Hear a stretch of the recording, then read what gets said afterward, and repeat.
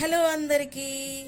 నాటి నేస్తాలు, మన చిన్ననాటి జ్ఞాపకాలు, మాటల్లో మమకారం, కథల్లో మనసు, కుటుంబ కథలకు స్వాగతం, సుస్వాగతం.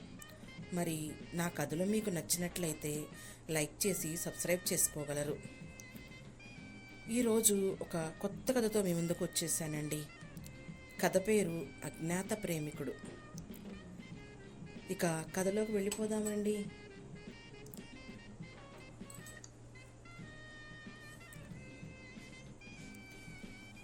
ఆకాశాన్ని మేఘాలు కమ్ముకోసాగాయి.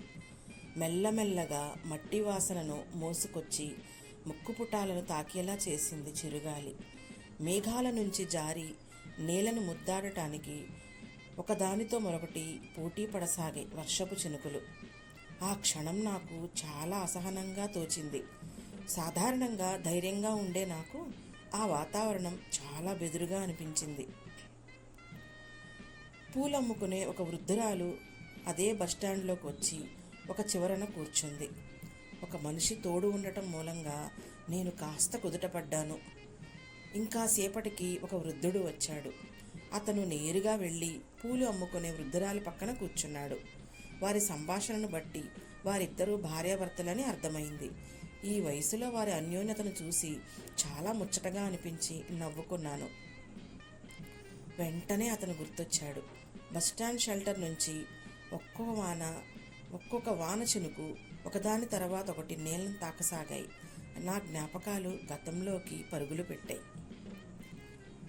సరిగ్గా 5 ఏళ్ల క్రితం ఆఫీస్ పని ముగించుకొని ఇంటికి తిరిగి చేరుకునే సమయంలో వానజల్లులు పడుతున్నాయి. అప్పుడే చూశాను అతన్ని. పదునైన చూపులతో, కోటేరు లాంటి ముక్కుతో, సన్నటి చిరునవ్వుతో ఉన్న అతని అందం నన్ను ఆకర్షించింది. చినుకులుగా రాలిన వానజల్లు జోరు వానగా మారింది. ఎటూ వెళ్ళలేని పరిస్థితుల్లో ఉన్న నన్ను నా చెయ్యి అందుకొని పక్కనే ఉన్న చెట్టు కిందకి తీసుకొని వెళ్ళాడు అతను. నేను హతాశురాలనయ్యి అతన్నే చూస్తూ ఉన్నాను. వెంటనే అతను, క్షమించండి, వర్షం ఎక్కువ అవుతుంది కదా, మీరు ఎటు వెళ్లాలో తెలియక సతమతం అవుతుంటే ఇక్కడికి తీసుకొని వచ్చాను అన్నాడు. పర్వాలేదండి అన్నాను నేను. ఆ అరక్షణంలోనే తను తన స్నేహితులతో వానలో మాయమైపోయాడు. ఏదోలా ఇంటికి చేరుకున్న నేను అతని చిరునవ్వును గుర్తు చేసుకుంటూ ఆ రోజుని ముగించేశాను. తెల్లవారుతుండగా ఇంటి ముందు బండిలో నుండి సామాను దించుతున్న శబ్దాలు వినిపిస్తుంటే అటుగా వెళ్ళి చూశాను. ఎవరో ఎదురింట్లో కొత్తగా వచ్చినట్లున్నారు అనుకొని నా పనిలో నేను మునిగిపోయాను. అలా 3 రోజులు గడిచాయి. యథావిధిగా ఓ రోజు ఆఫీస్ నుంచి తిరిగి వస్తుండగా ఎదురింట్లోంచి అతను బయటికి వస్తూ ఎదురయ్యాడు. అతనెవరో తెలియనట్లు నా దారిని నేను వెళ్తుంటే అతనే నన్ను గుర్తుపట్టి బాగున్నారా అని పలకరించాడు. నేను అతనెవరో తెలియనట్లు ఎవరండి మీరు అని అడిగాను. దాంతో అతను ఆ రోజు వర్షంలో జరిగిన సంఘటన గుర్తు చేశాడు. గుర్తొచ్చారండి అన్నాను నేను. ఇక్కడేం చేస్తున్నారు అని అడిగాను. 3 రోజుల క్రితమే మీ ఎదురింట్లోకి అద్దెకు వచ్చాను అని చెప్పాడు. అవునా అనేసి వెంటనే తేరుకొని, మా ఎదురింట్లో అంటున్నారు, నేను ఇక్కడే ఉంటున్నానని మీకెలా తెలుసు అని అడిగాను. అతను తడబడుతూ, అంటే అది మీరు ఈ ఇంట్లోకే వెళుతున్నారు కదా, ఇదే మీ ఇల్లని అనుకొని అలా చెప్పాను అన్నాడు. నాకెందుకో అతని వాలకం అనుమానంగా తోచింది. దాన్ని అంతటితో వదిలేసి ఇంట్లోకి వచ్చేశాను. రోజులు గడుస్తున్నాయి. అతను అప్పుడప్పుడు ఎదురుపడుతూనే ఉన్నాడు. ఒకరోజు నా పుట్టినరోజు సందర్భంగా శివాలయానికి వెళ్ళాను. అక్కడ ఎవరో ఒకతను ఒక ఆవిడ పేరు మీద అర్చన చేయిస్తూ ఉన్నాడు. అతని ముఖం కనిపించలేదు. అటువైపు తిరిగున్నాడు. అర్చన అయిపోయి ప్రసాదం తీసుకొని అతను వెళ్ళిపోయాడు. నేను కూడా దేవుడికి దండం పెట్టుకొని వెనుదిరుగుతూ ఉండగా చిరిగిన అర్చన టికెట్ నా కంటపడింది. అందులో ఉన్న పేరు చూసి షాక్ అయ్యాను. అందులో ఉన్నది నా పేరే, మేఘనా సుబ్రహ్మణ్యం. వెంటనే పంతులు గారిని అడిగాను, అర్చన చేయించింది ఎవరని. అతనెవరో నాకు తెలియదమ్మా, కానీ 3 ఏళ్లుగా ఈ పేరు మీద ఇదే రోజు అర్చన చేయిస్తున్నాడు అని పంతులు గారు చెప్పారు. నాకేమీ అర్థం కాలేదు కొంతసేపటి వరకు. కానీ ఒక్కటైతే అర్థమైంది, అతనెవరో నన్ను కొన్నేళ్లుగా ఫాలో అవుతున్నాడని. మరి అతను ఎవరు, నేనెలా అతన్ని కనిపెట్టేది అని తెగ ఆలోచించసాగాను. కానీ నా బుర్రకు ఏ ఆలోచన తట్టలేదు. నా ఆలోచనలు అలా సాగుతూ ఉన్నాయి. ఈ ఆలోచనలతోనే ఇంటికి చేరుకున్నాను. అదే రోజు మధ్యాహ్నం మా ఇంటికి ఒక పోస్టు వచ్చింది నా పేరు మీద. ఏంటా అది అని తెరిచి చూస్తే అందులో ఒక లెటర్ ఉంది. ఆ లెటర్లో, సుందరి, ఇది నేను నీకు పెట్టుకున్న ముద్దు పేరు. ఇదే ఎందుకు పెట్టుకున్నాడు అని నువ్వు అనుకోవచ్చు. ఎందుకంటే నాకు సుందరి నేనేను వంట చూడని నీలో నేనంట అనే దళపతి సినిమాలో పాట చాలా ఇష్టం.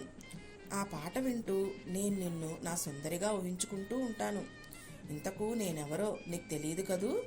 నేను నీ అజ్ఞాత ప్రేమికుడిని. గత 3 ఏళ్లుగా నిన్ను చూస్తూ, ఆరాధిస్తూ, ప్రేమిస్తూ రోజులు గడుపుతూనే ఉన్నాను. నిన్ను చూసిన మొదటి క్షణం ఒక్క తండ్రి తనకు కూతురు పుట్టింది అని తెలియగానే పడే ఆనందపు తాలూకా అనుభూతిని నాలో నేను చూశాను. ఆ అనుభూతి ఇంతకు ముందెప్పుడూ నాకు కలగలేదు. అప్పుడే ఫిక్స్ అయ్యాను, నువ్వే నా సుందరివని, నిన్ను ఎప్పుడూ విడవలేనని. కానీ ఇక్కడే పెద్ద సమస్య వచ్చి పడింది. అదేంటంటే, నేను నీ ముందుకు రాలేనని, నేనెవరినో నీకు తెలియకుండా ఉండాలని నా తలరాత నాకు చెప్పింది. అందుకే ఈ దాగుడు మూతలాట. తెలియకుండా ఉండాలని అనుకొని ఇప్పుడు ఈ లెటర్ ఎందుకు రాశాడని నువ్వు అనుకోవచ్చు. కానీ నాలో అంతా ఇంతా కాదు, బోలెడంత ప్రేమ ఉంది నీ మీద. ఆ ప్రేమ నా మనసులో సరిపోలేక అందులో దాగక బయటికి వస్తా వస్తా అని మొరపెడుతోంది. అందుకే దాని మొరకు ఈరోజు విముక్తినిచ్చాను. ఇప్పుడు చాలా సంతోషంగా ఉంది. నా ప్రేమ నీ చెంతకు చేరింది. ఇట్లు నీ అజ్ఞాత ప్రేమికుడు. ఎవరు ఈ అజ్ఞాత ప్రేమికుడు? ఇన్నేళ్లుగా నన్ను ఫాలో అవుతుంటే నేనెందుకు తెలుసుకోలేకపోయాను? అంత ప్రేమను నా మీద పెంచుకొని ఎందుకు నా దగ్గరకు రాలేకపోతున్నాడు? నన్ను కలవలేకపోతున్నాడు? ఇలా నా మైండు, నా మనసు ఒకదానితో ఒకటి పోటీ పడి మరీ పరిపరి విధాలుగా ఆలోచిస్తున్నాయి. ఎంతకూ అర్థం కాలేదు. కానీ ఒకటి మాత్రం ఫిక్స్ అయ్యాను, ఈ అజ్ఞాత ప్రేమికుణ్ణి ఎలాగైనా కలవాలి. తన ప్రేమను కళ్ళారా చూసి అనుభూతి పొందాలని. అలా ఆలోచనలతోనే ఆ రోజు గడిచిపోయింది. నేను ఆ అజ్ఞాత ప్రేమికుడిని వెతికే పనిలో పడ్డాను. రోజులు గడుస్తున్నాయి. ప్రతిరోజు మా ఎదురింటి అబ్బాయి నాకు తారసపడుతూనే ఉన్నాడు ఏదో ఒక సందర్భంలో. అలా మా మధ్య స్నేహం కూడా కుదిరింది. నాకు ప్రతి విషయంలో సహాయం చేస్తూనే ఉన్నాడు ఆ అబ్బాయి. ఎందుకో తనని చూస్తే నాకు ఒంటరినన్న ఫీలింగ్ మర్చిపోతాను. నా తండ్రి దగ్గర పొందలేని ప్రేమను తన నుంచి పొందుతానన్న భావన కలుగుతోంది. అతను కూడా నాలాగే అనాథ. అందుకేనేమో ఇద్దరి బాధలు ఒకటై ఒకరిలో ఒకరం అమ్మా నాన్నల ప్రేమను వెతుక్కుంటూ ఉన్నాం. అతని స్నేహం నా అజ్ఞాత ప్రేమకుని వెతుకులాటను మర్చిపోయేలా చేసింది. కానీ మధ్య మధ్యలో అతను రాసిన లెటర్ గుర్తొచ్చేది. ఎంత వెతికినా అతను నాకు దొరకలేదు. కానీ ఎందుకో అతను నా దగ్గరే ఉన్నట్లు, నన్ను ప్రతిరోజు గమనిస్తున్నట్లు, నా చుట్టూనే తిరుగుతున్నట్లు అనిపిస్తూ ఉండేది. ఎందుకో కొన్ని రోజుల నుంచి మా ఎదురింటి అబ్బాయి నాకు కనిపించలేదు. ఎక్కడికైనా వెళ్ళుంటాడులే అని అనుకున్నాను. అలా రోజులు కాదు, నెలలు కాదు, సంవత్సరాలయ్యాయి. ఆ అబ్బాయి ఇంకా రాలేదు. ఏమై ఉంటాడు? నాకు చెప్పకుండా ఎక్కడికి వెళ్ళి ఉంటాడు అనే సందేహం కలిగింది. కానీ ఏదైనా ముఖ్యమైన పని మీద వెళ్ళి ఉంటాడని నాకు నేనే సర్ది చెప్పుకున్నాను. అలా ఒకరోజు నేను ఎప్పుడూ వెళ్ళే శివాలయానికి వెళ్ళాను. చాలా రోజుల తర్వాత పూజ పూర్తి చేసుకొని బయలుదేరదాం అన్న సమయానికి నా పుట్టినరోజున మాట్లాడిన పంతులు గారు ఎదురుపడి, ఆ రోజు నువ్వు ఒక అబ్బాయి గురించి అడిగావు కదమ్మా, ఆ అబ్బాయి తన విజిటింగ్ కార్డు గుళ్ళో పడేసుకున్నాడు, అది నాకు దొరికిందమ్మా, దాన్ని చూస్తే నువ్వే జ్ఞాపకం వచ్చావు, అందుకే నీకోసమే దీన్ని దాచి ఉంచాను అని చెప్పి దాన్ని తీసుకొచ్చి నాకు ఇచ్చారు. నాకు చాలా సంతోషం అనిపించింది. ఎన్నో రోజుల నుండి వెతికిన నా అజ్ఞాత ప్రేమికుడు ఎవరో నాకు తెలిసే సమయం ఆసన్నమైందని మనసు పులకరించిపోయింది. దాన్ని తీసుకొని చూశాను. అందులో సూర్య జాగర్లమూడి అని పేరు ఉంది. ఈ పేరు నేను ఎప్పుడూ ఎక్కడా వినలేదు. వెంటనే అడ్రస్ చూశాను. చూడగానే నా మైండ్ ఒక్కసారిగా పనిచేయటం ఆగిపోయింది. ఎందుకంటే ఆ అడ్రస్ మా వీధిలో ఉండే ఒక ఇంటి అడ్రస్. నేను నమ్మలేకపోయాను. వెంటనే తేరుకొని పంతులు గారికి థ్యాంక్స్ చెప్పేసి పరుగు పరుగు నా ఇంటికి దారి తీశాను. ఆ ఇల్లు ఉన్న అడ్రస్ చేరుకున్నాను. తాళం వేసింది ఆ ఇంటికి. ఏం చెయ్యాలో తోచలేదు. సమయానికి మా ఎదురింటి అబ్బాయి కూడా లేడు. నాకు ఒకే ఆలోచన తట్టింది. వెంటనే ఒక రాయి తీసుకొని తాళం పగలగొట్టాను. తలుపులు తీసుకొని గదిలోకి అడుగుపెట్టాను. అంతా చీకటిగా ఉంది. ఏమీ కనిపించలేదు. వెంటనే గోడ మీద స్విచ్ బోర్డు వెతికి స్విచ్ వేశాను. అంతే, గోడకు ఉన్న ఫోటో చూసి హతాశురాలయ్యాను. ఆ ఫోటోలో ఉన్నది మా ఎదురింటి అబ్బాయి కిరణ్. అంటే అతని పూర్తి పేరు సూర్యకిరణ. నేను నమ్మలేకపోతున్నాను. ఇదంతా కలలా అనిపించింది. ఇన్ని రోజులు నా దగ్గరే ఉంటూ నాతో మాట్లాడుతూ ఎందుకు ఈ దాగుడు మూతలు నాకు అర్థం కాలేదు. నా స్నేహితుడే ఆ అజ్ఞాత ప్రేమికుడని తెలిసి నా మనసు అతలాకుతలమైంది.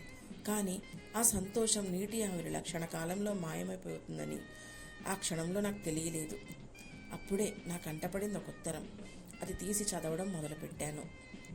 అందులో, సుందరి, నువ్వు వస్తావని నాకు తెలుసు. కానీ నువ్వు వచ్చే సమయానికి నేను ఈ లోకంలో ఉండకపోవచ్చు. అవును, క్యాన్సర్తో పోరాడుతున్న రోజులవి. అప్పుడే నిన్ను మొదటిసారిగా చూశాను. చిన్న పిల్లలాంటి నీ మనస్తత్వం నన్ను ప్రేమించేలా చేసింది. కానీ నీకు నా ప్రేమను చెప్పుకునే పరిస్థితిలో లేను. చెప్పి నిన్ను కూడా నా ప్రేమలో పడేసి నీకు దూరంగా వెళ్ళిపోయి తీరని బాధను నీకు మిగల్చకూడదు అనుకున్నాను. అందుకే నీవు దూరంగా ఉంటూ నిన్ను చూస్తూ ప్రేమిస్తూ ఉన్న సమయంలో నువ్వు నా దగ్గరకు వచ్చావు. నన్ను చూస్తూ మైమరిచిపోయిన ఆ రోజుని నేను మర్చిపోలేను. వర్షంలో తడుస్తూ ఎటు వెళ్లాలో తెలియక సతమతమవుతున్న నిన్ను గట్టుకు చేర్చాను. ఆ రోజు అనుకున్నాను, నేను ఇంకా నీకు దూరంగా ఉండలేనని. అందుకే మీ ఎదురింట్లోకి వచ్చేశాను. నీతో స్నేహం చేశాను. నిన్ను కంటికి రెప్పలా ఎప్పటికప్పుడు కాచుకుంటూ ఉన్నాను. కానీ నా సమయం అయిపోయింది. నేను వెళ్ళిపోవాల్సిన రోజు వచ్చింది. అందుకే నీకు చెప్పలేక దూరంగా వెళ్ళిపోయాను. ఎంతో వేదనతో ఈ ఉత్తరం నీకోసం రాశాను. ఎప్పటికైనా నీ దగ్గరకు చేరుతుందని నమ్ముతూ ఉత్తరం నా చెయ్యి జారిపోయింది. ఎడతెరిపి లేని వానల, ఉప్పొంగే వరదల, ఉగ్రరూపం దాల్చిన సముద్రపు అలల్లా నా మనసు రోధించింది. నా జ్ఞాపకాలు గతం నుండి బయటకు వచ్చాయి. నా కన్నీరు ఏ కంటికి కానరాకుండా ఇదే వాన నీటిలో కనుమరుగయ్యాయి.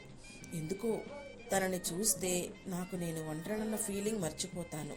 నా తండ్రి దగ్గర పొందలేని ప్రేమను తన నుంచి పొందుతానన్న భావన కలుగుతుంది. అతను కూడా నాలాగే అనాథ. కథ మీకు నచ్చిందా అండి? ప్రేమ అనేది ఎంత గొప్పదో, తన ప్రేమను ఎలా అజ్ఞాతంగా ఉంచాడో చూసారా? మీ శాంతి.